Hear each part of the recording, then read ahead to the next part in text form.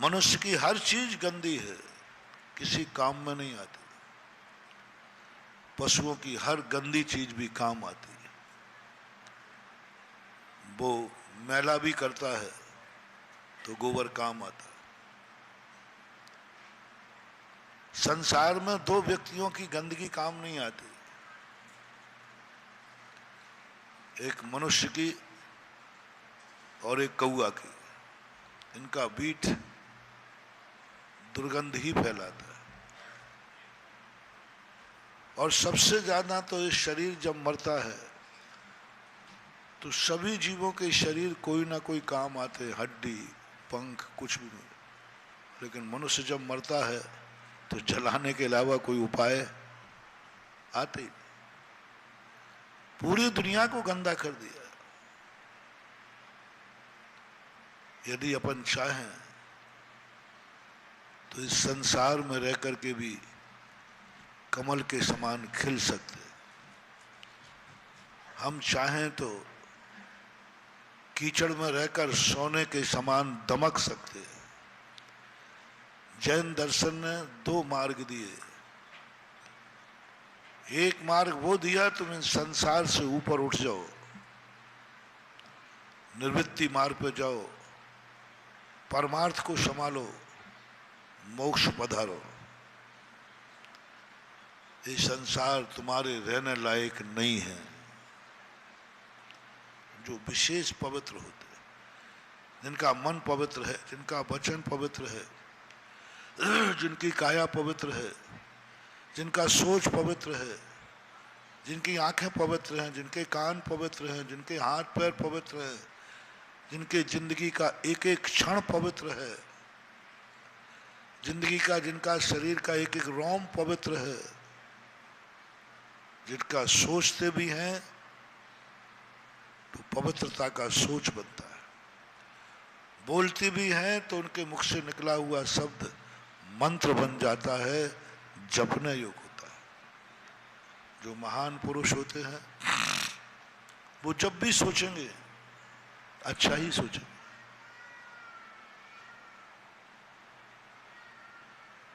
जब भी साधु सोचता है या तो स्वयं का कल्याण होगा या जगत का कल्याण होगा। साधु के मन में ऐसी कोई बात आती ही नहीं कि किसी का बुरा हो जाए। या तो स्वयं का कल्याण होगा, ऐसा चिंतन करेगा। और कभी यदि करुणा जागी तो जगत का कल्याण होगा।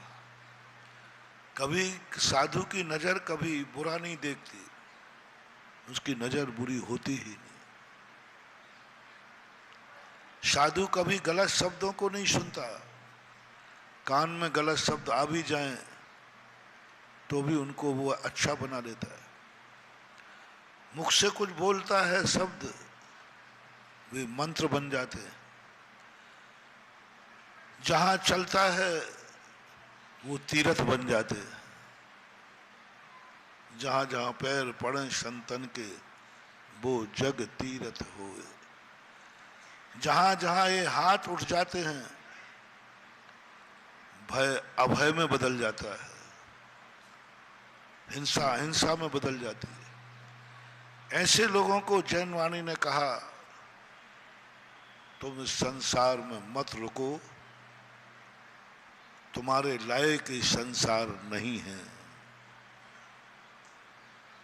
तुम जितने शुद्ध हो चुके हो, इतना शुद्ध संसार नहीं हो सकेगा। जितनी निर्मलता तुम्हारे में आ गई है, इतनी निर्मलता दुनिया के पास नहीं आएगी। बहुत बड़ी सलाहियत। महाभारत के अंदर एक आया, शांतनु की पत्नी, कौरवों की राजमाता, उनको एक ऋषि लेने आए। वो विचित्र कहानी है उनकी, लेकिन बहुत मार्मिक है। माते तुम यहां से चलो। बोले मैं कैसे छोड़ के जाऊं, मेरे बच्चे छोटे छोटे हैं, ये परिवार छोटा है, सब यहां से चला जा चुका है, पांडु भी मर चुके हैं, मैं कैसे जाऊं। एक बेटा मेरा अंधा है, उनके 3 बेटे थे, विदुर, पांडु और धृष्टराज। पांडु मर चुके, धृष्टराज अंधे हैं, विदुर बैरागी है। इतना बड़ा राज्य छोड़ के क्यों जाओ? तो ऋषि कहते हैं अब ये हस्तिनापुर आपके रहने लायक नहीं है, ये परिवार आपके रहने लायक नहीं है, ये वंश आपके रहने लायक नहीं है। यहाँ जो कुछ भी होने वाला है उसे तुम देख नहीं पाओगे। बोले क्या होने वाला, हमारे ही तो बेटे हैं। बोले नहीं, बेटे तुम्हारे हैं, लेकिन अब यहाँ बेटों का राज नहीं, पोतों का राज चलना है। और जो कुछ भी यहाँ होगा, तुम्हारी आंखें इसको देखने लायक नहीं। बहुत पवित्र आंखें हैं माते, तुम्हारी जिंदगी, तुम्हारा सब कुछ यहाँ कुछ भी नहीं रहेगा। और वहां से वो पाराशर उनके यहाँ संत हुए, वो हस्तिनापुर से ले गए, उनको छुड़ा दिया। बोले जंगल में वास करो साध्वी बन करके, तुम्हारे रहने लायक नहीं है। यही बात हमारी जिनवाणी माँ जिनेंद्र भगवान कहते हैं कि जो पवित्र आत्माएं हैं वे संसार में न रहें, जितने जल्दी हो सके इस संसार को छोड़ दो। उसके लिए तुम्हें कितनी साधना करना पड़े, तुम्हें कितना भी कष्ट उठाना पड़े, उठा लो। ये कष्ट उस अपवित्रता से ज्यादा खतरनाक नहीं है। तुम्हें शेरनी खाएगी तो शेरनी के खाने का दुख इतना नहीं है जितना ये संसार की अपवित्रता का है। इसलिए कुछ भी करो। पूज्यवर अमृतचंद सूरी महाराज ने तो यहां तक कह दिया, मृत्वा अपि कृत्वा, मर करके भी यदि तुझे मरना पड़े तो मर जा, लेकिन इस संसार की तरफ, इस संसार से ऊपर उठ जा। संसार से ऊपर जाके दृष्टि बना, तेरे लायक ये संसार नहीं है, कोई भी नहीं। तीर्थ भी नहीं रहेंगे वो, तो इस तीर्थ पे जाकर रह जाएगा। तीर्थ भी इतने अपवित्र हो चुके हैं कि वो भी तेरे रहने लायक नहीं है। मंदिरों में भी मंदिर भी इतने गंदे हो चुके हैं, वो तुम्हारे रहने लायक नहीं है, मंदिर भी नहीं है। इस सृष्टि पर कुछ बचने वाला ही नहीं। पंचम काल के शुरू होने के पहले ही महावीर स्वामी ने ये घोषणा कर दी, जल्दी करो, देर मत करो। जितनी पवित्र आत्माएं हैं वो जल्दी निकलो यहां से, कलयुग आ रहा है जो इतना अपवित्र होगा, इतना अपवित्र होगा कि वो साधु के भेष में भी अपवित्रता ही दिखेगी। गजब, क्या इस कलयुग की। कल एक प्रश्न आया था कि एक बार सुग्रीव ने सौगंध खाई थी कि मैं पंचम काल में जन्म लूं भरत क्षेत्र में, विभीषण। अब ये कितनी बड़ा लज्जा की बात है, ये बहुत बड़ी निंदा है महानुभाव, बहुत बड़ी निंदा है। मैं पंचम काल में जन्म लूं, यानी पंचम काल इतना अपवित्र होगा कि यहां कोई पवित्रता नजर नहीं आएगी। धर्म भी पापियों के हाथ में चला जाएगा। माला भी लोग फेरेंगे लेकिन पाप के लिए फेरेंगे। मंदिर बनाएंगे लेकिन संसार बढ़ाने के लिए बनाएंगे। पूजा करेंगे संसार मिटाने के लिए नहीं, संसार बढ़ाने के लिए पूजा करेंगे। जाप तो होंगे, मंदिर तो बनेंगे, लेकिन ये मंदिर अभिषेक पूजा के लिए नहीं होंगे। ये मंदिर होंगे मलकियत के लिए। आपने देखा होगा मंदिरों की कमेटियां वो होती हैं जो मंदिर ही नहीं जाते, महीनों अभिषेक पूजन करने नहीं आते, मंदिरों में कभी उनको देखा ही नहीं, उनको कोई मतलब नहीं। हुकूमत की बात आएगी, पैसे की बात आएगी तो वो आ जाएंगे। गुल्लक खोलने तो आएंगे, पैसे का हिसाब लेने तो आएंगे, हुकूमत को जहां ठेस लगेगी वहां तो आएंगे। सारे संसार की बता रहा हूं, कोई एक स्थान की नहीं, मैं सारे संसार में घूमता हूं। सारी दुनिया एक ही स्थिति बन रही है। महानुभाव होना ये चाहिए, जो जिस मंदिर की कमेटी का कार्यकारिणी कमेटी में है, ट्रस्टी है, सदस्य है, पदाधिकारी है, उसको कम से कम इतना नियम तो होना ही चाहिए, जिस मंदिर का मैं पदाधिकारी हूं, इस मंदिर में मैं प्रतिदिन अभिषेक पूजन तो करूंगा ही करूंगा।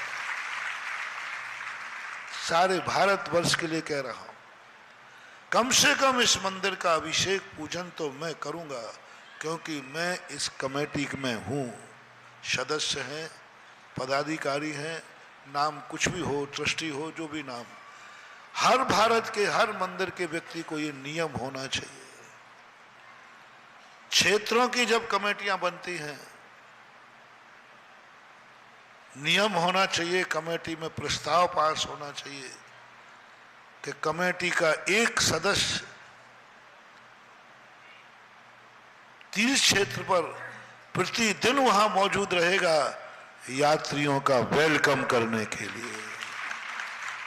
मान लीजिए आपने 20-25 लोगों की कमेटी बना दी, 30 लोगों की, 30 लोग हो गए, आजकल तो 50-50 भी हो, कमेटी तो खूब बढ़ रही है, चिंता नहीं करो, उनकी संख्या तो क्या नहीं। अभी मैंने ललितपुर में भी कहा था, मैंने कमेटियों में होड़ लगी, जिस दिन चुनाव था 400-500 लोग इकट्ठे थे।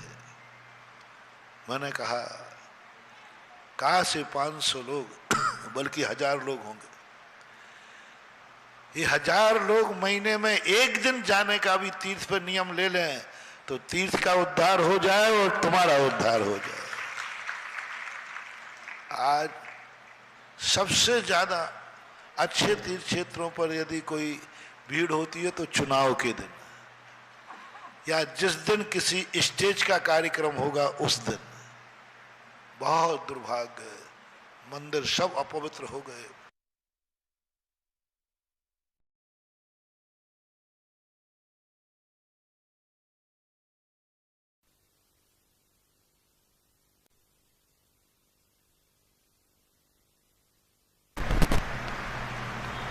किसी कमेटी में आना मत, मंदिर की कमेटी, तीर्थ क्षेत्र कमेटियों में कभी आने का प्रयास मत करना। पहला तो नियम ले लो, मैं कभी मंदिर में, किसी तीर्थ में कमेटी का कोई भी सदस्य में बनूंगा नहीं। लेकिन यदि तुम्हें ऐसा महसूस हो कि मेरे कमेटी में जाने से क्षेत्र का विकास हो सकता है, मेरे पास एक ताकत है, मेरे पास एक कला है, मेरे पास एक शक्ति है, मेरे पास हुकूमत है, यदि मैं कमेटी में पहुंच गया तो क्षेत्र दिन दूना रात चौगुना बढ़ जाएगा। मैं कमेटी में पहुंच गया तो इस मंदिर का विकास हो जाएगा। मैं कमेटी में पहुंच गया तो इस संस्था को बहुत ऊंचाइयां दे दूंगा। ऐसा तुम्हें कभी प्रतीति में आवे और जनता तुम्हारे लिए कहे कि नहीं साहब आप आ जाएंगे तो ये क्षेत्र उठ जाएगा, आप आ जाएंगे तो ये संस्था उठ जाएगी, अन्यथा ये संस्था डूब जाएगी। तो फिर मना मत करना, फिर तुम रुकना मत, फिर मत रुकना, फिर तो जरूर कमेटी में जाना। बस तुम इतना ही देखना, तुम अपने आप का परीक्षण करना। बहुत बड़ा मोटिवेशन दे रहा हूं महानुभाव। तुम अपना परीक्षण करना, क्या मेरे जाने से क्षेत्र विकसित होगा? क्या मेरे जाने से संस्था उठेगी? क्या मेरे जाने से इस मंदिर की वैभव बढ़ेगा? मेरे जाने से क्या महाराज का चतुर्मास में 4 चांद लगेंगे? मेरे जाने से क्या लोगों का विश्वास धर्म पर हो जाएगा? मेरे बोलने से क्या दुनिया धर्मात्मा हो जाएगी? तो भी आप बिना बोले बोलना। हम साधुओं को कहा गया, प्रवचन देने के पहले सोच लीजिए, क्या तुम्हारे निकले हुए वचन लोगों को सौभाग्यकारी लगेंगे? क्या उनको लगेगा कि मैं धन्य हूं महाराज बोलो, और तुम्हें खुद महसूस हो जाए? तो बोलना चाहिए। किसी का कल्याण होता है तो मौन तोड़ करके भी बोल देना चाहिए। अपृष्टे भी वक्तव्यम सुसिद्धांतार्थ विप्लवे। पूज्यवर शुभचंद्र महाराज कहते हैं, बिना बोले भी बोलो। जब सिद्धांत का लोप हो रहा हो, धर्म नासे क्रिया ध्वन से, सुसिद्धांत विप्लवे अपृष्ट अभिवक्तव्यम सत्स्वरूप प्रकाश ने है। बहुत बड़ी बात। अपृष्ट अभिवक्तम सत्स्वरूप प्रकाश ने। बिना बोले पूछे, बिना किसी ने नहीं कहा तो बोलो। धर्म नाश से क्रिया धुन से, क्रिया का लोप हो रहा है, धर्म का नाश हो रहा है, असत्य का बोला बाला हो रहा है, और हमारा प्रभाव इतना है कि मैं सामने आ जाऊं, मैं बोल पड़ूं तो धर्म बच जाएगा, क्रिया बच जाएगी। तो अपृष्ट ही अभिवक्तव्यम, बिना पूछे बोलना है। और जब समाज तुम्हें चाहती है, सारी दुनिया की आशा तुम्हारे पे टिकी है, तो अपना हित छोड़ करके समाज के हित में कूद पड़ो। आचार्य परमेष्ठी की एक परिभाषा बहुत अच्छी थी, यदि शिष्यों की सामायिक कराने में स्वयं की सामायिक छूटती है तो छोड़ दो, शिष्य की सामायिक कराओ, क्योंकि तुम वो प्रभावशाली। अप्पा परम च जुंजई सो आयरिये नमो तस्य। अप्पा परम च जुंजई, पूज्यवर नेमी चंद महाराज द्रव्य संग्रह। आत्मा और पर में जूझना है। जुंजई सो आयरिये नमो तस्य, जो अपने में और पर के कल्याण में जूझ रहे हैं, वे आचार्य परमेष्ठी वंदनीय है। तो पर की बात तो मैंने कह दी कि तुम्हारी दृष्टि से समाज कहती, ये व्यक्ति यदि आ जाएगा तो जरूर इस क्षेत्र का विकास हो जाएगा। दुनिया का भाव समझ करके तुम मना मत करना, चले जाना, चले जाना। लेकिन अप्पा परम च जुंजई, अपने आत्मा का क्या कल्याण करना, वो बताना चाह रहा हूं। ऐसा व्यक्ति यदि किसी मंदिर में, किसी संस्था में, समाज में, तीर्थ क्षेत्र पर यदि कमेटी में जावे, तो पहला एक नियम रखना, जिस मंदिर का मैं ट्रस्टी हूं, सदस्य हूं, उस मंदिर में मैं प्रतिदिन अभिषेक पूजन जरूर करूंगा। कम से कम जब तक आप कमेटी में। मैं समस्त प्रकार के व्यसनों का त्याग करता हूं, क्योंकि मैं मंदिर की कमेटी में हूं। मैं कोई नशा, कोई गुटखा, कोई ऐसे कार्य नहीं करूंगा जो शब्द व्यसन रूप माने जाते, क्योंकि मैं मंदिर कमेटी में हूं। मद्य मधु मांस का त्याग,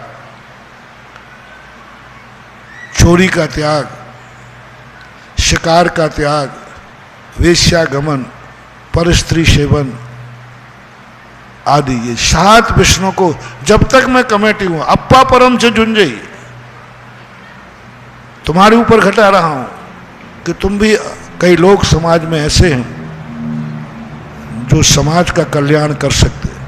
उनकी ताकत है, उनकी शक्ति है। वे समाज में खड़े हो जाएं तो समाज में दम आ जाती है। वे चुनाव में खड़े हो जाएं तो राष्ट्र में संबल आ जाता है। होते हैं ऐसे लोग। वो यदि राजगद्दी पर बैठ जाए तो राष्ट्र ऊंचाइयों को छू लेता है। सोमदेव आचार्य, नीति वाक्यामृत, चाणक्य ने कहा, अच्छे लोगों को राजा बनाओ, अच्छे लोग राजा बने, राष्ट्र ऊंचाई को छुएगा। तो ये तो तुम्हारे पर कल्याण। अब आपके आत्मा का कल्याण कैसा है? जब तक मैं किसी धार्मिक संस्था में पदाधिकारी हूं तब तक मैं व्यसन का त्याग करता हूं। मैं कमेटियों में हूं, मैं जब तक कमेटी में रहूंगा, धार्मिक कमेटी, तब मैं रात्रि भोजन नहीं करूंगा, मैं अभक्ष सेवन नहीं करूंगा, मैं ऐसी चीजों का सेवन नहीं करूंगा जो जैन धर्म के खिलाफ है, जो श्रावकाचार के खिलाफ है, जो जैन जाति के खिलाफ है, वो कार्य मैं नहीं करूंगा। इतना नियम लेकर के आप कमेटी में आ सकते हो तो आत्मा का भी कल्याण है, धर्म का भी विकास है और जगत का भी कल्याण। 30 क्षेत्रों की जब कमेटियां बने, हम अपने भक्तों को बता रहा हूं, यदि तुम्हें समाज चाहे कि नहीं साहब आपको पदाधिकारी तो बनना ही है, आपको अध्यक्ष मंत्री आदि तो बनना ही है, बोले आप लोगों की यदि भावना है तो मैं नहीं ठुकराऊंगा, लेकिन मेरी एक शर्त है। सारे भारत के लोग सुने, मेरी एक शर्त है, जब तक मैं कमेटी में रहूंगा मेरी कमेटी का कोई ना कोई सदस्य प्रतिदिन क्षेत्र पर रहेगा, एक ना एक, कभी अध्यक्ष, कभी मंत्री, कभी मान लो 30 लोग हैं तो एक दिन कमेटी का व्यक्ति कोई ना कोई एक मालिक, एक व्यवस्थापक क्षेत्र पर रहना चाहिए, आने वाले यात्रियों को वेलकम करे और क्षेत्र की रक्षा करे। देखो आपने यदि ये नियम कमेटी में पास कर दिया, प्रतिदिन तो नहीं जा पाओगे क्योंकि दूर है, प्रतिदिन अध्यक्ष जाएगा ऐसा कोई नियम नहीं है। 30 क्षेत्र दूर ही होते। अपना क्षेत्र कितनी दूर है यहाँ से? शौरीपुर, बटेश्वर, मथुरा और भी XYZ क्षेत्र है, सब क्षेत्रों पर हफ्ते महीने में एक दिन मीटिंग में पहला प्रस्ताव चुनाव के पहले होना चाहिए। कोई ना कोई कमेटी का एक सदस्य 24 घंटे 30 क्षेत्र पर रहेगा। जैसे घर आप बाहर जाते हैं ना तो मीटिंग करते हैं घर पे कौन रहेगा? घर पे कौन रहेगा? कोई ना कोई एक व्यक्ति घर पे रहता है।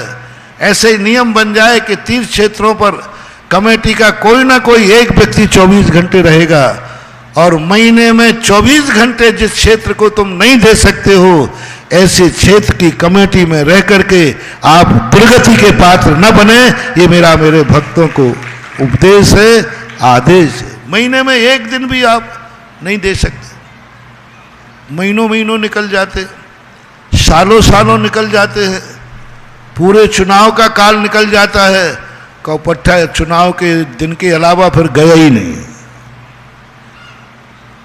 ऐसा अंदाज से बोल रहा हूं, लेकिन मेरा विश्वास है मेरा अंदाज भी कभी धुएं में भी लाठी चलाता हूं तो वो भी किसी ना किसी के सिर पर पड़ती है। मुंह से निकला है तो ऐसा होता होगा, हो रहा है। बहुत बड़ी चीज महानुभाव, मत करो ऐसा। ये दीपक है, सावधानी से लोगे तो प्रकाश दे देगा, चूक जाए तो ये धार्मिक संस्थाओं के पदाधिकारी बनना ये जला के भस्म कर देंगे। तुम्हारी संस्था में जाने के बाद तुम खुद देखो, जनता चारों तरफ से कहे जब से ये आए हैं दिन दूना रात चौगुना बढ़ रहा है। चारों तरफ से होना चाहिए, वाह होना चाहिए। ओह जब से पदाधिकारी आए देखो क्या विकास हुआ है, क्या हुआ है। वो प्रशंसा यदि तुम्हें मिल गई तो इन तीर्थ क्षेत्रों और मंदिरों की सेवा करने से सस्ता कोई धर्म नहीं हो सकता। सबसे सरल सस्ता धर्म है। पर एक बार, और इससे बड़ा अभिशाप नहीं हो सकता। हम मंदिरों में हैं लेकिन कमेटी वाले मंदिर में दिखते ही नहीं। पूछ लूं तो नहीं दिखते। मैं एक दो बार पूछ रहा, भैया यहाँ कोई कमेटी वाला बैठा है क्या? बोले साहब कमेटी वाले तो यहाँ आते ही नहीं है, आते ही नहीं। मंदिरों में पूछ लेता हूं, कहो आगरा में दो चार मंदिरों में पूछ लूं, आगरा में यदि पूछ लूं कि भाई कभी, कब पूछूंगा, अभिषेक के समय पूछ लूंगा, पूछ लूं कि भाई यहाँ कमेटी वाले कितने आए, अध्यक्ष कहाँ हैं, मंत्री कहाँ हैं, कोषाध्यक्ष कहाँ हैं, कितने हैं? कहाँ से शुरू करूं? हरिपर्वत से ही कर दो। अपन जहां बैठे अपन तो वहीं का नाम लेना। हरिपर्वत से यदि शुरू कर दो तो भी मुझे दिख रहा है, अभी किया नहीं है, कि शायद कमेटी वाले गायब मिलेंगे, और जो कमेटी में सदस्य भी नहीं है वे नित्य प्रतिदिन भगवान के सामने बैठे मिलेंगे। ये है पुण्य कमा रहे हैं और वो अशुभ कर्म को बांध रहा है। इसलिए जिनवाणी ने हमारे दो मार्ग बनाए। हो पवित्र आत्माओं, यदि तुम्हें ऐसा लगे कि मेरा मन पवित्र है, अपने आप तुम्हें लगे कि मेरा मन बहुत पवित्र है, मेरे मन में आज तक कभी बुरा भाव नहीं आया, तुम्हें लगे कि तुम्हारी आंखें बहुत पवित्र हैं, मैंने आंखों से कभी बुरा नहीं देखा, तुम्हें लगे कि मेरे कान बहुत पवित्र हैं, इन कानों ने कभी बुरा नहीं सुना, तुम्हें लगे कि मेरा मुख बहुत पवित्र है, इससे कभी मैंने गलत शब्द नहीं बोला, तुम्हें लगे कि मेरे पैर बहुत पवित्र हैं, कभी गंदे स्थान पर नहीं गए, तुम्हें लगे कि इन हाथों से कभी गलत नहीं हुआ, सदा अच्छा ही हुआ है, तो महानुभाव तुम गर्व करना,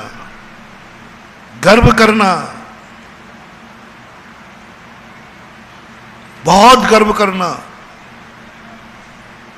कि सारी दुनिया कह रही है, सारी दुनिया कहती है महाराज मैं बहुत परेशान हूँ अपने मन से। एक दिन मैंने प्रवचन दिया था हॉल में, बहुत सारे लोग अपने से और अपनों से मना परेशान है।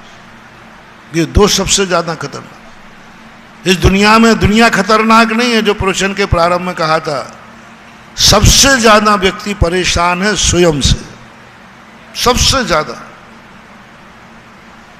और सबसे ज़्यादा परेशान है अपनों से। बहुत विस्तार से बताया था। अपने से परेशान है महाराज, मैं अपने मन से परेशान है, बहुत बुरा विचारता है, माला फिर तो बुरे गंदे भाव आते, मंदिर जाओ तो बहुत, क्या है दुर्भाग्य रे, तू मन का मालिक होकर के भी मन से परेशान है। कितने लोग मन से परेशान हैं, कैसा दुर्भाग्य है तुम्हारा। दुनिया से परेशान है, तुम खुद अपने मन से परेशान हो, तुम अपने आंखों से परेशान हो। तुम्हारी आंखें हैं, तुम जो देखना चाहते हो वो नहीं देखती, जो नहीं देखना चाहते हो वो देख लेती तुम्हारी आंखें। क्या दुर्भाग्य तुम्हारा। तुम नहीं सुनना चाहते वो सुन लेते हो, जो नहीं बोलना चाहते हो वो निकल जाता है, जहाँ नहीं जाना चाहते वहाँ पहुँच जाते हो, जो नहीं करना चाहते वो कर बैठते हो। ये तुम्हारा दुर्भाग्य है। उस दिन का मोटिवेशन भगवान का आशीर्वाद नहीं दे रहा हूँ, दिला रहा हूँ, गुरुओं का आशीर्वाद नहीं दिला रहा हूँ, इसमें कोई ज़्यादा ताकत नहीं है। भगवान के आशीर्वाद में ज़्यादा ताकत नहीं है। भगवान मिल जाए तो ज़्यादा गौरवशील मत समझना, अब मेरा कुछ नहीं बिगड़ सकता, मुझे भगवान मिल गया, ज़्यादा भरोसे पे मत रहना। गुरु मिल गया, मेरा कुछ भी नहीं बिगड़ सकता, ज़्यादा भरोसे पे मत रहना। मेरा बाप तो भगवान है, मेरा दादा तो भगवान है, मत भरोसे पे रहना। तीर्थंकर के कुल में रहने वाला पोता मारीच एक कोड़ा कोड़ी सागर वर्ष तक भटक गया। तीर्थंकर की गोदी में खेलने के बाद, गोदी में खेलने के बाद, समोषण में जाने के बाद, भगवान की दीक्षा कल्याणक मनाने के बाद, भगवान के साथ में दीक्षा लेने के बाद क्या दुष्पर्यायों में गया, क्या दुष्ट पर्यायों में गया। मैंने कहा ना, 60,000 बार कौआ बना, 8 करोड़ बार गधा बना। कौन? तीर्थंकर का पोता। कौन? तद्भव मोक्षगामी भरत चक्रवर्ती का बेटा। कौन? बाहुबली आदि 99 तद्भव मोक्षगामी चाचाओं का भतीजा। कौन? वो जाकर के उसकी ये दुर्दशा हुई। ये सब मिले अच्छे निमित्त, पूरा सब कुछ अच्छे निमित्त थे। मत करना अहंकार कि तुम्हारे खंड में जन्म गए हो तो भाग्यशाली हो, तुम जैन जाति में जन्म गए तो भाग्यशाली हो, तुम मंदिर आ गए हो तो भाग्यशाली हो, तुम्हें मंदिर मिल गया है तो भाग्यशाली हो, तुम्हें चतुर्मास मिल गया है तो भाग्यशाली हो, तुम्हें गुरु मिल गया है तो भाग्यशाली हो। नहीं समझना। हमने बहुत देखा है, सदगुरु मिलने के बाद भी दुर्गति हो जाती है, सच्चा भगवान मिलने के बाद भी दुर्गति हो जाती है, सच्चा बाप मिलने के बाद दुर्गति हो जाती है। सच्चे सब संबंधी सच्चे मिल जाएं तो भी दुर्गति हो जाती है। बेटा भी सच्चा मिल जाए तो बाप की दुर्गति हो जाती है। रावण के सुत आदि कुमार मुक्ति गए रेवा तटसार। बेटा मोक्ष जा रहा है, बाप नरक जा रहा है। पति नरक जा रही है, राजा सैनिक, पत्नी स्वर्ग जा रही है, महारानी चेलना। बड़ा विचित्र है। इसलिए इन सब चीजें सद निमित्त मिलने पर कोई जरूरी नहीं कि तुम्हारा कल्याण हो जाए। हजारों सद निमित्त मिलने पर भी यदि उपादान खोटा है, 90% लोग निमित्तों को दोष देते हैं। हमारा निमित्त अच्छा नहीं था, हमारा बाप अच्छा नहीं था, हमारा परिवार अच्छा नहीं था, हमारी मेजॉरिटी अच्छी नहीं थी, हमारा भगवान अच्छा नहीं था, हमारा गुरु अच्छा नहीं था। हे मूर्खानंद, एक बार बोल दे कि मैं अच्छा नहीं था, सब कुछ ठीक हो जाएगा। कल की बात याद रखो, कितनी बड़ी बात कही थी कल, बहुत बड़ी बात महान हुआ, बहुत बड़ी बात। हिल गया कल सारा संसार। ये झूठी पाखंड बातें कहने वाले, धर्म ये चमत्कार है, ये अतिशय है, हमारा भगवान इच्छा पूर्ति है, हमारे भगवान के पास जो भक्ति करता है, जो सब कुछ करता है, उसका ऐसा होता है, ऐसा होता है। ये सब कहने वालों का कल क्या घिग्गी बन गई थी। घिग्गी बन गई। पत्नी ने जब कहा कि तुमने कहा था कि मेरे भगवान इच्छा पूर्ति है, इनके सामने जो इच्छाएं करो सब पूरी होती हैं, और आपने इच्छा पूर्ति की है। क्षुधा रोग विनाशनाय नैवेद्यम निरुपामति स्वाहा। अब तो भूख तो लगेगी ही नहीं, अब रोटी बनाने की जरूरत क्या है। सत्य क्या है? जो तुमने आज तक कहा वो सत्य है, या जो पत्नी कह रही है वो सत्य है। बहुत बड़ा होमवर्क दिया था। क्या कहोगे? 90% लोग कहेंगे कि मैंने गलत नंबर डायल कर लिया, ये पूजा मूजाओं में कुछ नहीं रखा। मैंने सारा संसार देख रहा हूं। मैं उनकी बात नहीं कर रहा हूं जो 1 इंद्रिय 2 इंद्रिय 3 इंद्रिय हैं, असंगी हैं, जिन्होंने जिंदगी में कभी धर्म किया ही नहीं। मैं उनकी चर्चा कर रहा हूं, उन नास्तिकों की चर्चा कर रहा हूं जो सब कुछ करने के बाद जिंदगी भर पूजा की, आज पत्नी से कहता है मैंने झूठ बोला, मैंने गलत नंबर डायल किया, मैं महाराज की बातों में आ गया, मैं शास्त्रों की बातों में आ गया, मैं परिवार की बातों में आ गया, और अभी तक मैं पूजा करता रहा, ये सब झूठी थी। किस किस को दोष दोगे बोलो?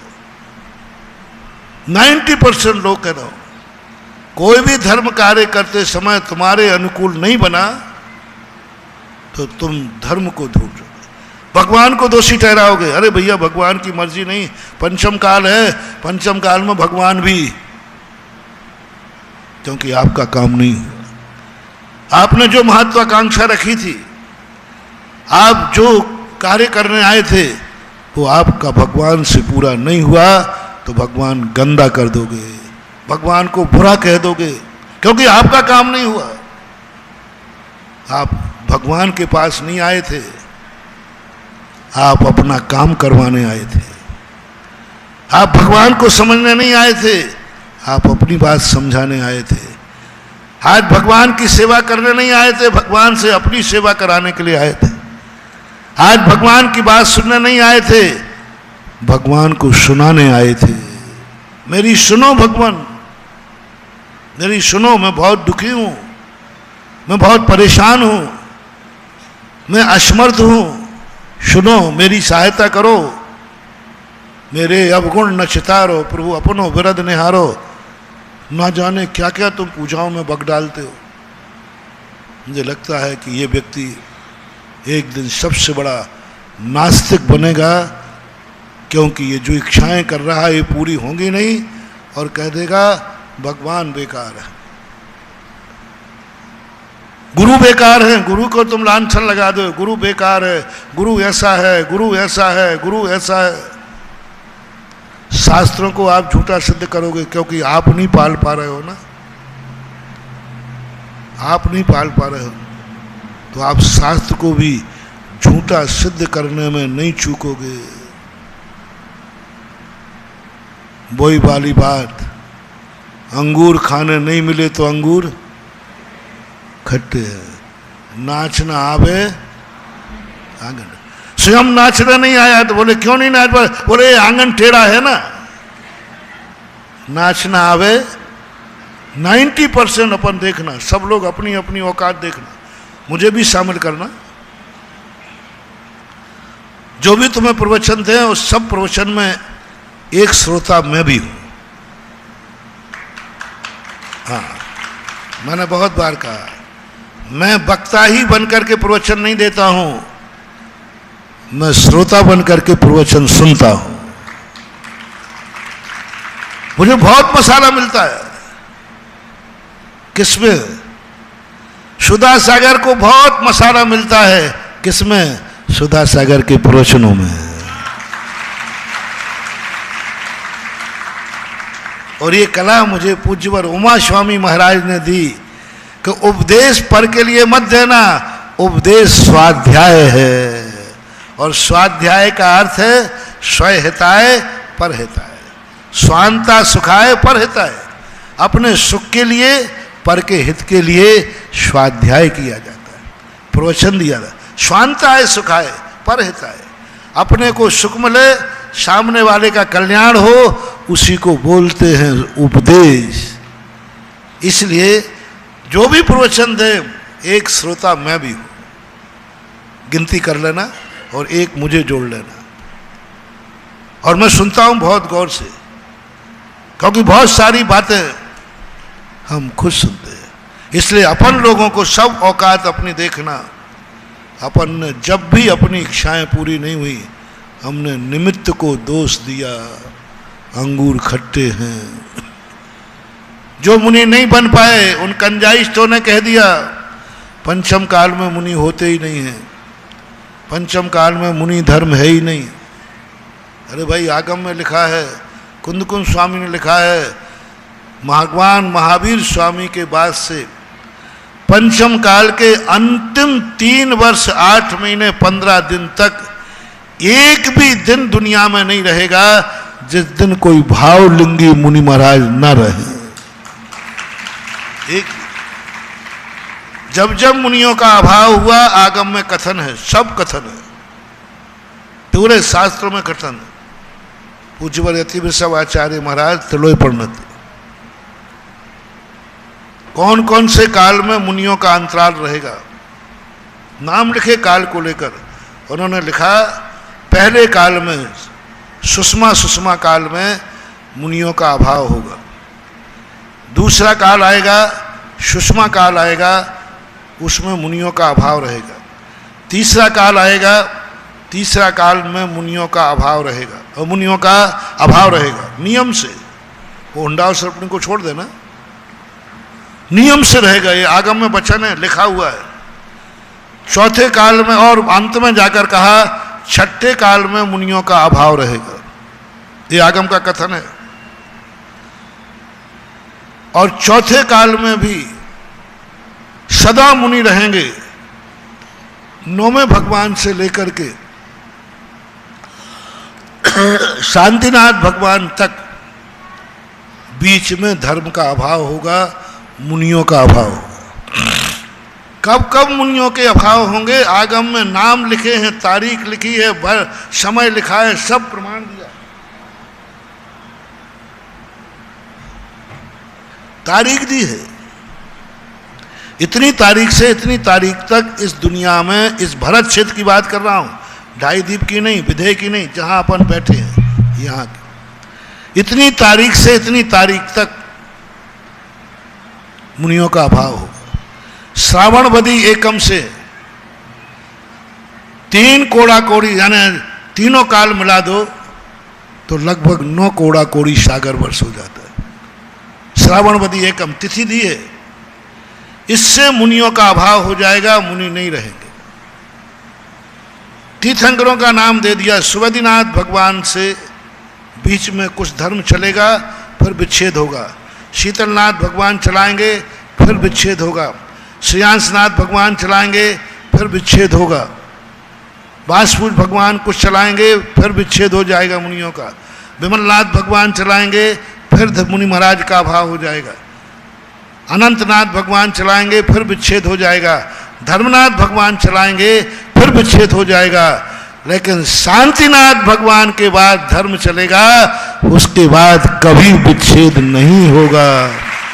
इस भरत क्षेत्र में सदा द्रव्यलिंगी मुनि नहीं, भ्रष्ट मुनि नहीं, मिथ्या दृष्टि मुनि नहीं, भावलिंगी मुनिराज, छठे 7वें गुणस्थान वर्ती मुनिराज शांतिनाथ भगवान से अविरल चलेंगे।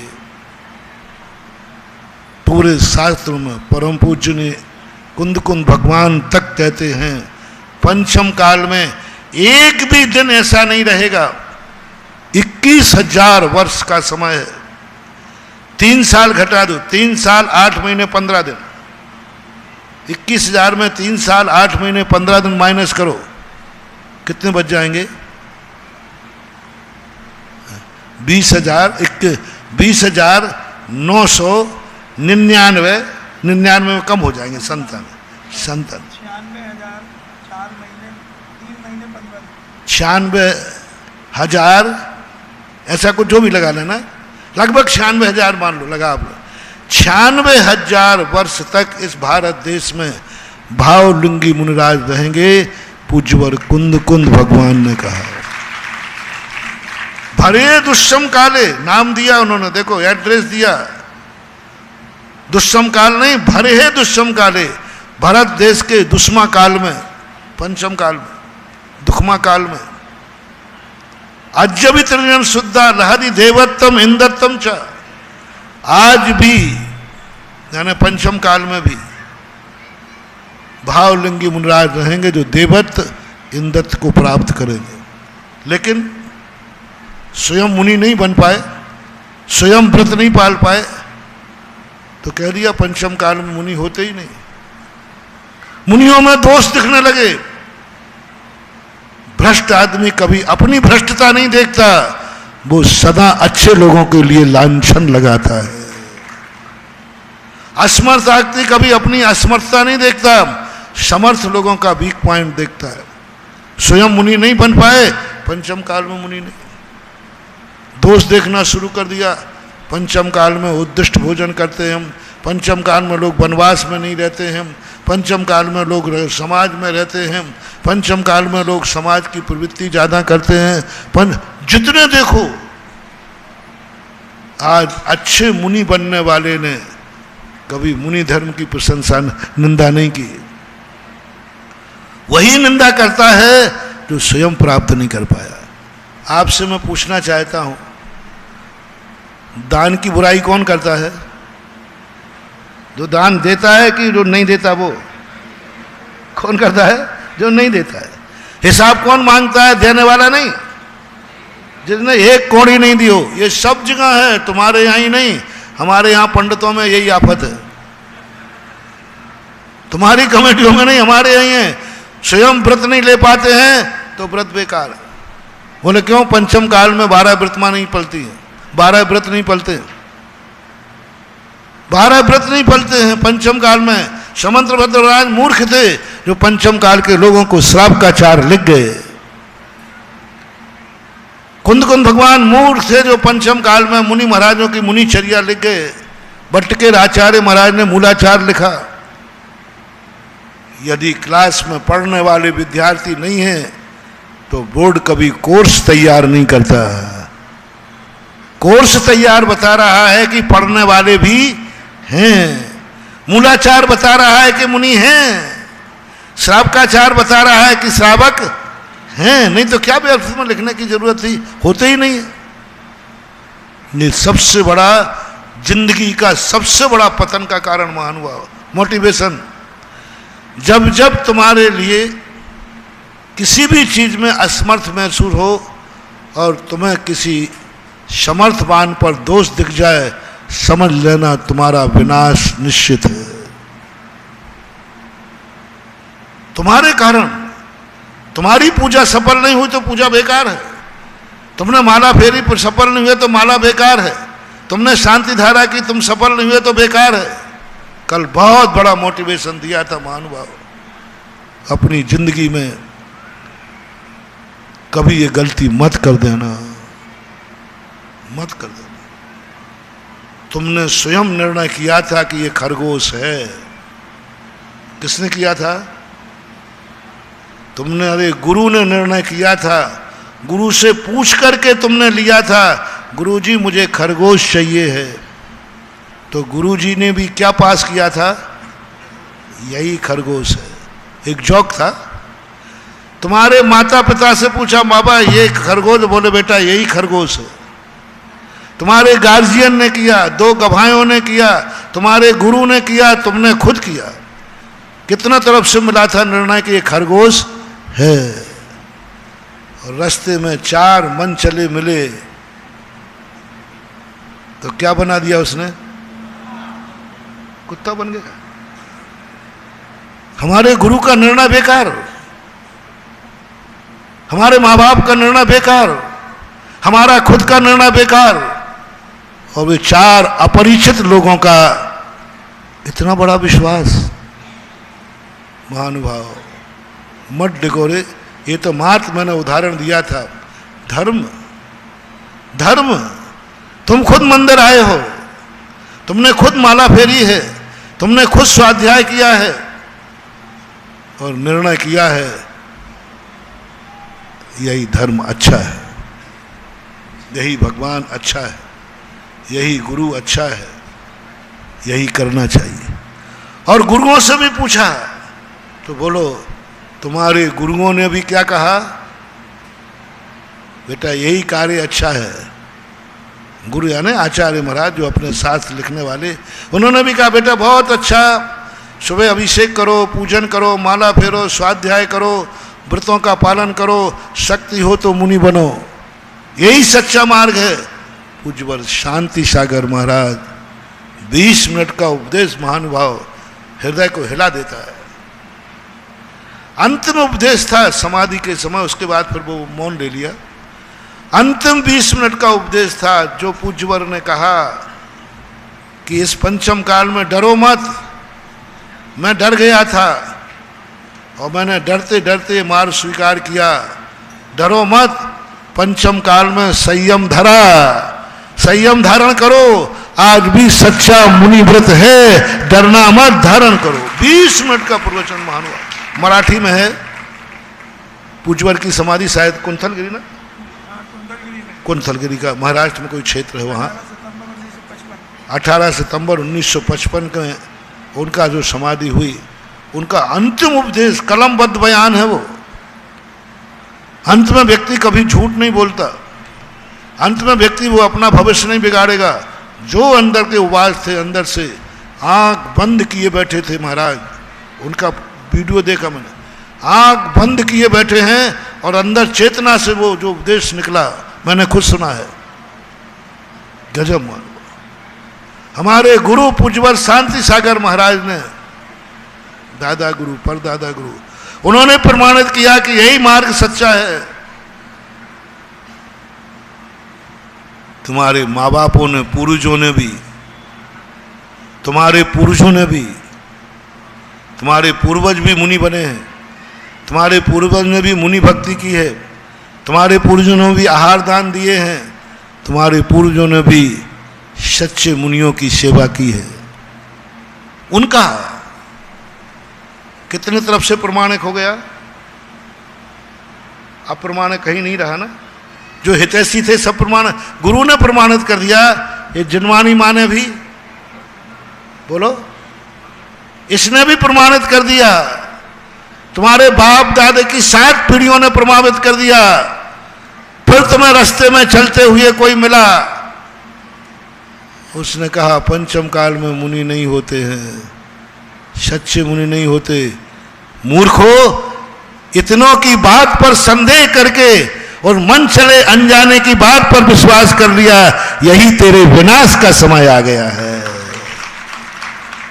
अनजाने पर, अपरिचित पर, अनजाने पर, अपरिचित पर, जो तुम्हारा कोई नहीं है, उसके बाप भी तेरे तुम्हारे धर्म को मानने वाले नहीं थे, उसके बाप के बाप भी नहीं थे, उस पर तुम्हें विश्वास हो गया। एक सोनगढ़ से आवाज उठाई, जो जिसके जभी बल्दियत से खून में दिगंबर जैन धर्म नहीं था, जिसका कहीं आदेश संदेशा नहीं था, और वो कह रहा है जिसके 45वें दिन, जिसके बाप ने भगवान के नाम लेकर के, भगवान की भक्ति करके तुझे पैदा किया है।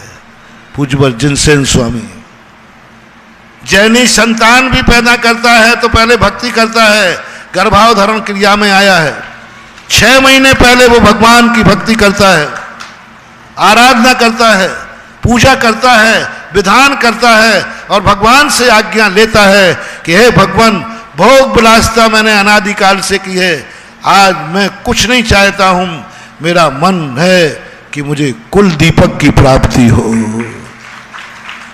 भगवान की अनुमति से जिसने बच्चे को पैदा किया है, भगवान की आज्ञा लेकर, जिसके भगवान की पूजा करके, जिनवाणी का स्वाध्याय करके, गुरुओं की नवदा भक्ति करके जिसने पैदा किया, उस पर संदेह, उसके ऊपर विकल्प, बहुत बड़ा अनर्थ हो गया। कल जो 4 ठगों ने कितना प्रमाणिक खरगोश को क्या बना दिया, और फिर उसने क्या किया था बोलो? गुरु बेकार, माँ बाप बेकार, तू खुद बेकार, सब बेकार है, खरगोश फेंक दिया। लोगों ने मंदिर छोड़ दिया, अभिषेक छोड़ दिया, किसके कहने पर? एक अनजाने ठगिया पे कहने पर। ये पूजा पाठ से कल्याण नहीं होता, ये तो व्यवहार की क्रियाएं हैं, ये तो बंद के कारण हैं, ये तो पुण्य भिष्ठा के समान है। जो जो टाइटल दिए वो तुमने मान लिए और भूल गए उन परम पूज्य गुरुओं को, जिन्होंने कहा श्रावक का आवश्यक कर्म है देव पूजा, गुरु उपास्ति, स्वाध्याय, संयमस्तपा, दानम चेति गृहस्थानाम षट कर्माणि। पूज्यवर पद्मनंदी महाराज, पूज्यवर वीरसेन सिंह, दानम पूजा मुक्को सावो धम्मो, दान और पूजा श्रावक का मुख्य धर्म है।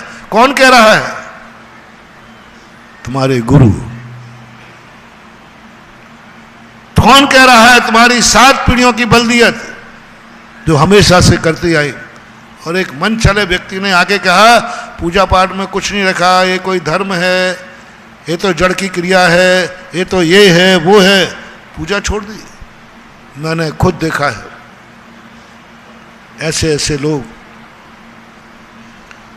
जिंदगी भर जिनके बाप दादू में पूजा, वो खुद करता था, उसने पूजा करना छोड़ दिया, अभिषेक करना छोड़ दिया।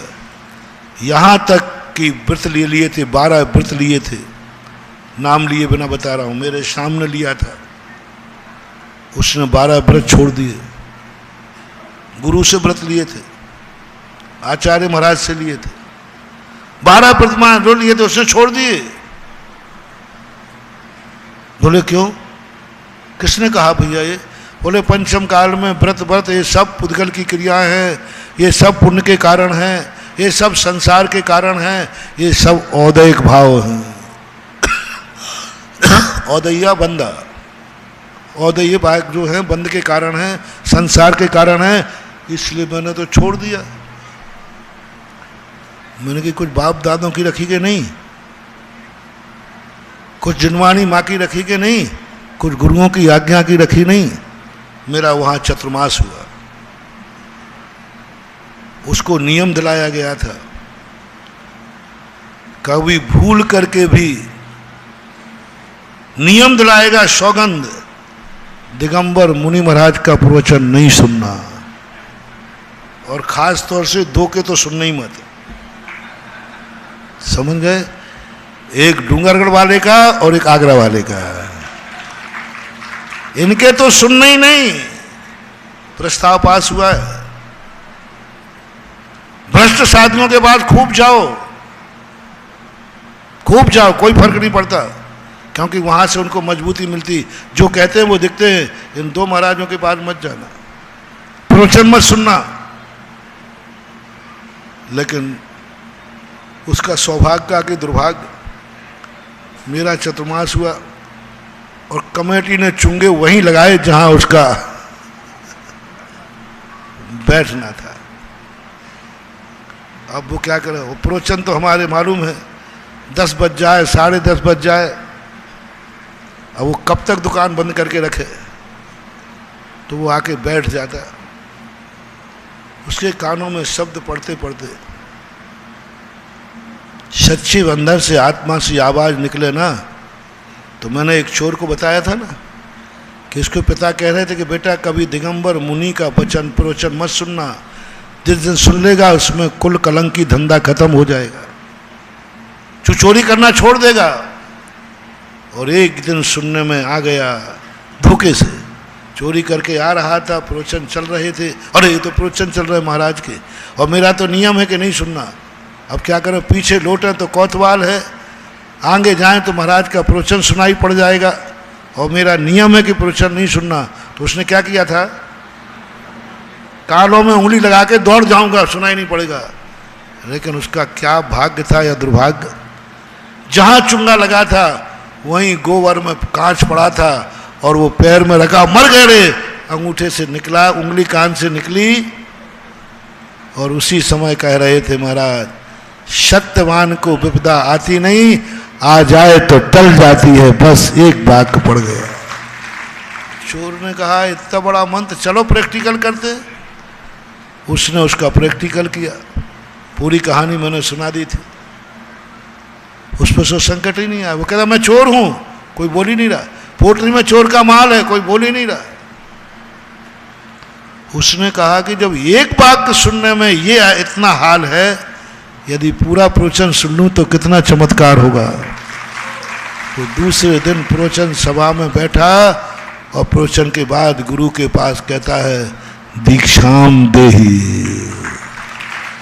कल का चोर पूज्यवर कुंदकुंद भगवान ने अष्टपाहुड़ में जिनवाणी को विरेचन कहा है। विरेचन सच्चे हृदय से निकली हुई बात अंदर जाएगी, आज नहीं कल, कल नहीं परसों, कहीं ना कहीं होगा। सत्य तो सत्य ही होता है। वहां उन्होंने प्रस्ताव पास कर लिया कि नहीं, अब वो चुंगा सुन करके, अब एक दिन वो उसको अपनी गलती महसूस हुई।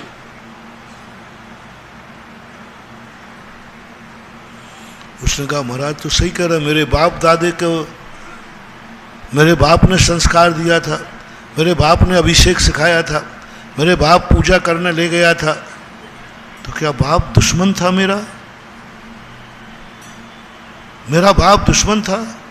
गुरु महाराज से नियम दिलाया था, शास्त्रों में लिखा हुआ, वो एक दिन माली से पूछ के दोपहर में आया। ऐसे लोग सबके सामने नहीं आते, आप लोग आने भी नहीं देते। आप देखो आ गया, देखो आ गया, देखो आ गया। तो वो बेचारा माली से पूछकर बोला महाराज जी अकेले में कब मिलेंगे? वो अकेले में मेरे पास आया, यथार्थ घटना है। बोले महाराज जी मेरी जिंदगी बचा लो। मैंने कहा तू गलत नंबर डायल तो नहीं कर लिया? बोले नहीं, मैं पूरा आया हूं, मुझे बचाओ। मैंने इन पंडितों की बातों में आकर, इन समय सारियों की बातों में आकर, और मैंने बहुत अनर्थ कर डाला। मैंने सब क्रियाएं छोड़ दी, मुनिधर पर विश्वास छोड़ दिया, और सारी कहानी उसने बता दी। मैंने अविश्वास कर लिया, सब बर्बाद हो गया मैं। आज मुझे महसूस हो रहा है ये सब गलत है, लेकिन महाराज मैं करूं क्या? भगवान के सामने नियम दिलाया पंडित जी ने, आज के बाद तुम अभिषेक नहीं करोगे, मुनियों को नमोस्तु नहीं करोगे, द्रव्य आहार नहीं दोगे, प्रवचन नहीं सुनोगे। महाराज उस नियम का क्या होगा? अब मैं आना चाहता हूं। महाराज नियम तोड़ने का दोष तो नहीं लगेगा? मैंने कि मूर्ख, इतने बड़े बड़े नियम तोड़ दिए, उनका दोष की चिंता नहीं कर रहा है। फिर मैंने उसको समझाया, किसी व्यक्ति ने नियम लिया था कि मैं इसका मर्डर करूंगा, नियम ले लिया था कुछ भी हो जाए मैं इसका मर्डर करूंगा। बाद में किसी के समझाने पर उसके मन में क्षमा भाव आवे तो बोलो क्षमा भाव धारण करना चाहिए या नियम लिया हुआ तोड़ देना चाहिए? माने कि पाप का कोई नियम नहीं होता महानुभाव, ये तो तोड़े ही जाते हैं। फिर उसने नियम लिया, 12 व्रत अंगीकार किए, पूजन अभिषेक किया, आज वो मुनि भक्त है। निमित्त इतनी बुद्धि तुम्हारी हो गई, तुम कभी उपादान को दोष देने को तैयार नहीं हो। तो पत्नी के सामने कह रहा ठीक है तुम कह रही हो वो सही है, आज से मंदिर बंद। मैंने कल अंत में तुम्हें समझाया था कैसे बचोगे। पत्नी कहती बोलो सही कौन है? इच्छा पूर्ति है तो भूख मिटना चाहिए, और नहीं है तो जाकर के क्यों हाँकते हो ढेकड़ी कि भगवान के पास जाके सब इच्छाएं पूरी होती है। तुमने 99% लोग कहेंगे हाँ सही कह रहे हो, पूजा में कुछ नहीं रखा, मैंने करके देख लिया, मैंने माला फेर के देख ली, मैंने वृत्ति बनकर देख लिया, मैंने खूब दान दे के देख लिया। कई दानी उब गए, अरे महाराज जी हमने खूब दान दिए हैं, चिंता मत करो, सब किए, कुछ नहीं हुआ। ये आपकी बातें गप हैं कि बीज बनता है, तो 1 लाख देगा वो 10 लाख पाएगा, ये सब कुछ नहीं है, ये सब कहने की बातें हैं। ऐसा मैं खुद सुन लेता हूं। महानुभाव गलती मत करना है। कोई भी वस्तु यदि तुम प्राप्त न कर पाओ, कभी निमित्त को दोष मत देना। रास्ते पर नहीं चल जाओ तो मार्ग को दोष मत देना। मोक्ष मार्ग पर नहीं चल पाओ तो मोक्ष मार्ग को दोष मत देना। मुनि नहीं बन पाओ तो कोई बात नहीं, हमारे यहां जरूरी नहीं कि मुनि बनना ही चाहिए, कोई जरूरी नहीं है कि तुम वृत्ति बनो।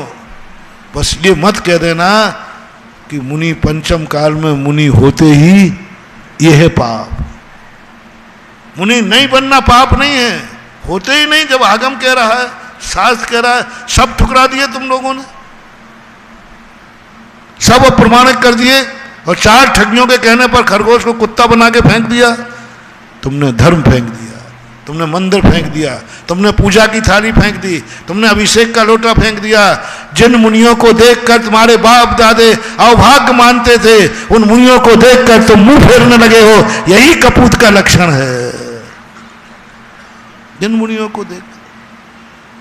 पंचम काल के अंत तक भावलिंगी मुनिराज रहेंगे, ये आगम का वचन है।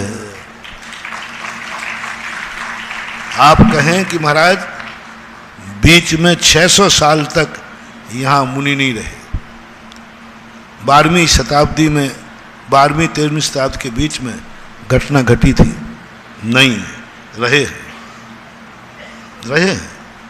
600 साल तक मुनि महाराज नहीं रहे हैं। उत्तर भारत में नहीं रहे, दक्षिण भारत में थे। पूज्यवर शांति सागर महाराज के जीवन चरित्र पर एक बंशीधर सोलापुर वाले हुए, उन्होंने शांति सागर चरित्र करके एक किताब लिखी है। उसमें उन्होंने सिद्ध सागर मुनिराज का वर्णन किया। और वो जंगल में नसिया में रहते थे, लेकिन जब वो यहाँ आते थे चर्या आदि के लिए, तो कुछ सब उनको घेर कर खड़े हो जाते थे और फिर आगे बढ़ते थे। तो दोष तो जरूर था। इसी कारण से पूज्यवर उमा स्वामी महाराज ने पुलाक, बकुश, कुशील, निर्गंथ, स्नात कहा, ये 5 भेद किए। पुलाक का भेद किया। पुलाक का अर्थ है कि परिस्थिति बस कभी कभी वो मूल गुण की भी आराधना करता है। पूज्यवर पूज्यपाद स्वामी पुलाक का नाम क्या लिया?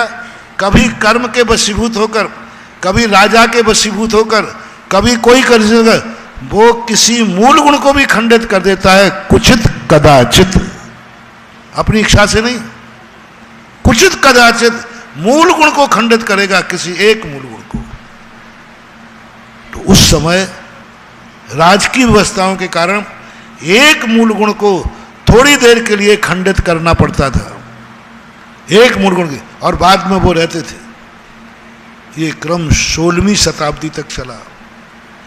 सांगानेर के अंदर एक देवेंद्र कीर्ति महाराज थे। 16वीं शताब्दी में वो सारे मूल गुण का पालन करते थे। माँ जब बाजार में से आहार चर्या को जाते थे, एक टावर लपेट लेते थे, एक परिग्रह ग्रहण कर लेते थे और फिर उतार देते थे। पुलाक किसी एक मूल गुण को खंडित करता है। और दक्षिण भारत में तो मुनिराज जंगलों में थे। शांति सागर महाराज उन्हें कंधे पर बैठाल करके लाते थे। दैन गंगा दूध गंगा है, वो सदा इतनी बहती है। महाराज 7 घोड़ा थे, हट्टे कट्टे थे, महाराज को कंधे पे बैठालते थे और लाते थे। वह चित्र जब मैंने पढ़ा, सांगानेर में जब मंदिर बन रहा था, वो चित्र मैंने पत्थर पर उत्कीर्ण कराया कि देखो ये दिखा सकें कि शांति सागर महाराज के समय दिगंबर मुनिराज कंधे पे बैठ करके और आहार चर्या को लाते थे। वो यानी पंचम काल में महानुभाव मुनिराज रहेंगे। 3 वर्ष जरूर शेष रहेंगे, उसके बाद नहीं रहेंगे। अभी तो है, उसके बावजूद भी हमारी निमित्त बुद्धि ऐसी हो गई, हम निमित्त को दोष देते हैं। महानुभाव सबसे पहले कल का मोटिवेशन आज पुनरावृत्ति कर रहा हूं। एक नियम ले लो, कुछ भी हो जाए, कैसा भी हो जाए, जो कुछ भी है सब मेरे खुद की गलती है, मेरी कमी है। सम्यक दृष्टि का सबसे पहला लक्षण, निमित्त बुद्धि मिथ्या बुद्धि, उपादान दृष्टि शुद्ध दृष्टि। सबसे पहले सम्यक दृष्टि का पहला लक्षण। तो मैंने कहा सम्यक दृष्टि है क्योंकि हर व्यक्ति निमित्त पर दोष दे रहा है, हर व्यक्ति आंगन को टेढ़ा कह रहा है, हर व्यक्ति रास्ते के दोष निकाल रहा है। कोई ये कहने को तैयार नहीं है मैं इस रास्ते पर चलने योग्य नहीं हूं। जैसी पूजा करना चाहिए वैसी पूजा मैंने आज तक नहीं की। लोगों ने कहा, जयपुर में था 96 में, एक स्वाध्याय बंधु थे, वो आया करते थे। उन्होंने कहा महाराज जी ऐसी पूजाएं तो अनंतो बार कर ली। मैंने कि हाँ कर ली। पूजाएं तो अनंत बार की, क्या होता है इससे? मुनिव्रत भी अनंत बार बन गए, क्या होता है इससे? महाराज जी जो अनंत बार कर चुके उसको क्या करना? आप बोलो महाराज, अनंत बार मुनि बन चुके कि नहीं? आप भी और हम भी। बोले बन चुके। तो फिर अब क्या बनना? ये पूजा पाठ भी अनंत बार कर चुके, अब क्या करना? मंदिर भी अनंत बार गए तो क्या करना? समोशन तक में गए अनंत बार, क्या करना? मैंने कि बहुत अच्छी बात, बहुत ऐसे अच्छे लोग कहाँ मिलेंगे? मैंने कि प्रॉमिस करो, जो जो अनंतों बार कर चुके हैं वो अब नहीं करेंगे। जो जो अनंतों बार कर चुके वो नहीं करना, जो जो अनंतों बार जहां गए हो वहां नहीं जाना, जो जो अनंतों बार बन चुके वो नहीं बनना। बोले महाराज है नियम, हमारा तो नियम ही है। आपका ही नियम नहीं, आप ही ले लो। मेरा तो नियम ही, मैं तो ये पूजा पाठ अनंतों बार कर लिया, मुनि अनंत बार कर लिया। मैंने कहा अभी एक चीज और रह गई, यदि संयमी अनंतों बार बने हो तो असंयमी कितने बार बने? मंदिर अनंत बार गए हो तो घर में कितने बार गए हो? माला अनंत बार फैली है तो माल कितने बार गिना है? पूजा अनंत बार की है तो भोजन 3 बार तो मान ही लो। पूजन 1 बार और भोजन 4थी बार का त्याग नहीं है। मैंने कि अनंत बार भोजन किया है, अनंत अनंत बार। वायदा से मत पकड़ना, एक बाप की औलाद है तो। अब मैं भी अपने पे आ गया। मैंने कि ध्यान रखना बेटा, अच्छे पंडित थे, स्वाध्याय। मैंने कि वचन के पक्के रहना, प्राण जाए पर तुमने वचन दिया है जो अनंत बार कर चुके वो नहीं करना। मैंने कि मुनि अनंत बार बने तो श्रावक कितने बार बने? ब्रह्मचर्य व्रत अनंत बार लिया, अब ब्रह्म कितने बार किया? अहिंसा अनंतों बार की, हिंसा कितने बार की? सत्य अनंत बार बोले, असत्य कितने बार बोले? अचौर्य व्रत अनंत बार किया और चौरी कितने बार की? संयम 1 बार लिया, विविचार कितने बार किया? निष्परिग्रह अनंत बार बने तो परिग्रहवान कितने बार बने? तिलमुल आ गए, बोले महाराज आई एम सॉरी, मेरे इस तरफ ध्यान नहीं गया था। मैंने कहा पंडित जी थोड़ा कहने की टोन बदल दो। मैं भी यही कहता हूं, मैं भी प्रश्नों में यही कहता हूं, थोड़ा सा टोन बदल दो। तुमने कहा मुनि अनंत बार बन जाते हैं, क्या होता है? पूजा पाठ, थोड़ा सा इतना सा बदल दो, जैसा मुनि बनना चाहिए था वैसा 1 बार नहीं बना। जैसी पूजा करना चाहिए वैसी मैंने पूजा। अब बोलो इससे पूजा की महिमा बढ़ेगी कि घटेगी?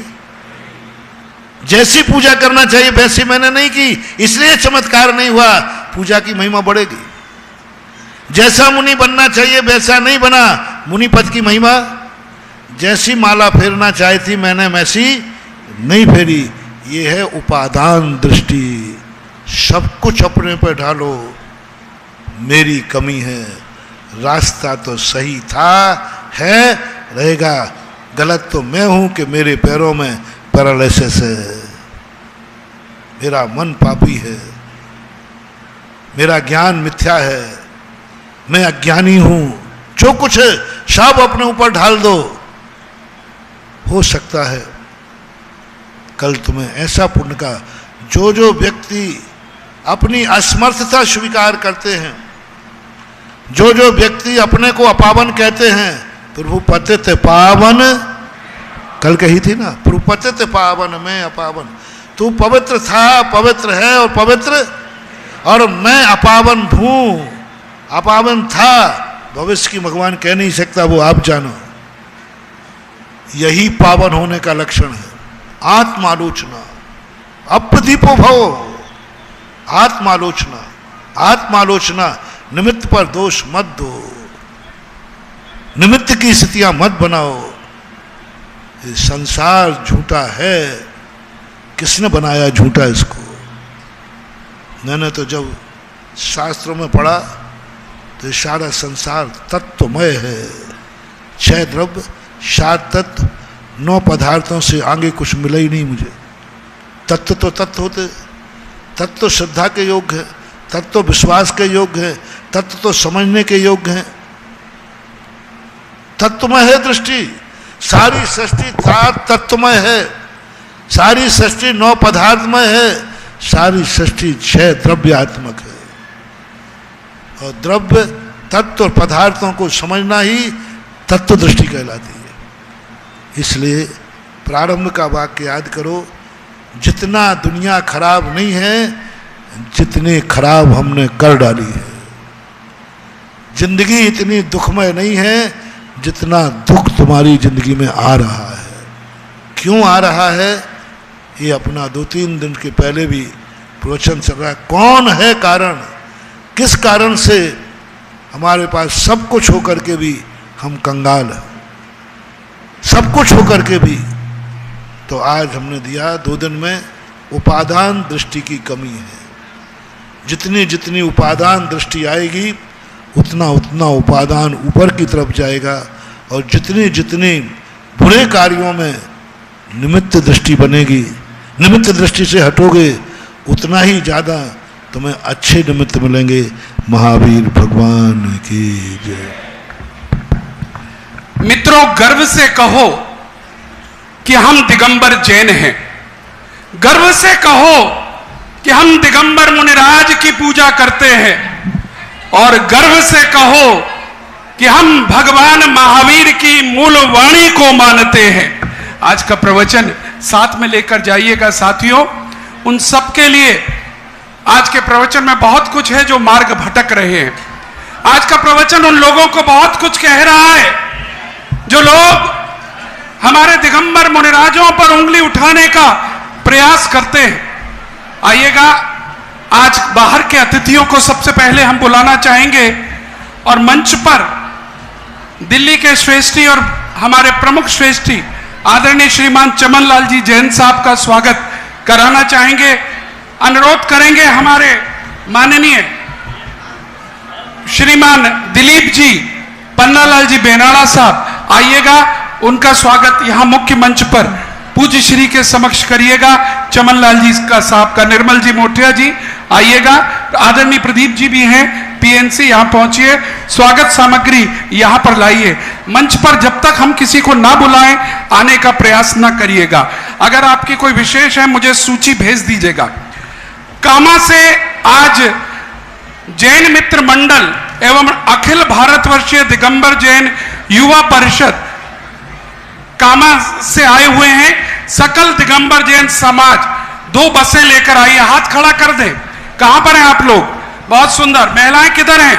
आगे आ जाइए दोनों लोग, और इन लोगों को थोड़ा आगे आने दीजिएगा। जो मंच से सट के खड़े हैं इन लोगों को थोड़ा आगे आने दीजिएगा। और हमारे बीच में श्रीमान सुशील जैन जी मोदी नगर, हमारे प्रमुख मुनि भक्त यहां पधारे हुए हैं। आदरणीय प्रदीप भाई साहब जी से अनुरोध करेंगे हमारे सुशील जी का भी स्वागत करें। जिस दिन आ जाते हैं इनकी मुस्कुराहट से मंच खिल उठती है। जोरदार तालियों के साथ सुशील जी का स्वागत कीजिएगा। और हमारे मध्य टीकमगढ़ से भी अनेक लोग आए हैं, वह भी अनुरोध करूंगा आगे आ जाएं। और श्रीमती शशि जी पाटनी पूज्य आचार्य श्री का अर्घ पढ़ेंगी और हम सब अर्पण करेंगे। टीकमगढ़, कामा सभी लोग और आगरा और बाहर के सभी भक्त उसमें शामिल हैं। आइएगा, प्रारंभ करें, प्रारंभ कीजिएगा। भावों की निर्मल सरिता में अवगाहन करने आया हो, मेरा सारा दुख दर्द हरो, यह अर्घ बेटने लाया हो। हे तपो मूर्ति, हे आराधक, हे योगीश्वर, हे महासंत, यह अरुण कामना देख सके युग युग तक आगामी बसंत। ओम नोम श्री 108 आचार्य श्री विद्यासागर जी मुनिन्द्राय अनर्पित प्राप्त अर्घम निर्वपामेति स्वाहा। ध्यान दीजिएगा, कल स्वाधीनता दिवस है, कल 15 अगस्त है। हर भारतीय के लिए एक बहुत बड़ा दिवस है कल। और जैन व्यक्ति अगर अपने आप को जैन कहता है तो सबसे पहले शांति धारा में प्रातः काल में राष्ट्र के लिए कामना करता है। सबसे पहले अपनी पूजन में, शांति पाठ में राष्ट्र के कुशल क्षेम की कामना करता है। और कल ऐसा दिवस है जब आपके बच्चे स्कूल और कॉलेज जाएंगे, आप हर व्यक्ति यहां पर आकर पूज्य श्री का भारत के नाम संदेश इसी मंच से सुनेंगे। कल पूरा आगरा और भारत के सभी लोग आमंत्रित हैं कल के विशेष प्रवचनों में। कल प्रारंभ में छोटी सी सांस्कृतिक श्रृंखला रहेगी और उसके बाद पूज्य श्री के प्रवचन। और अब पूज्य श्री का अर्घ सब चढ़ा ले, जिनके हाथों में अर्घ है वो अर्घ ले लें, जिनके हाथ में अर्घ या श्रीफल नहीं है हाथ का श्रीफल बना के आप ऊंचा कर लें और आइए मिलकर अपन चढ़ाते हैं अपने हाथों हे से। सुधा सागर दयालु मुझको जीवन दान दो, सर उठाकर चल सकूं ऐसा मुझे सद्ज्ञान दो, आ सकूं तेरे निकट ऐसा सरल सोपान दो, शीघ्र तर जाओ भवोदध यह मुझे वरदान दो, नाम ही जपता रहूं जीवन तराने के लिए, भेंट मैं कुछ भी नहीं लाया चढ़ाने के लिए, भेंट मैं कुछ भी नहीं लाया चढ़ाने के लिए।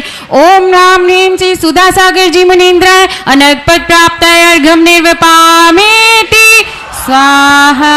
जिनवाणी स्तुति से पहले एक बार याद दिला दूं, कल 15 अगस्त के दिन मध्याह्न 2:15 बजे से यहां पर 30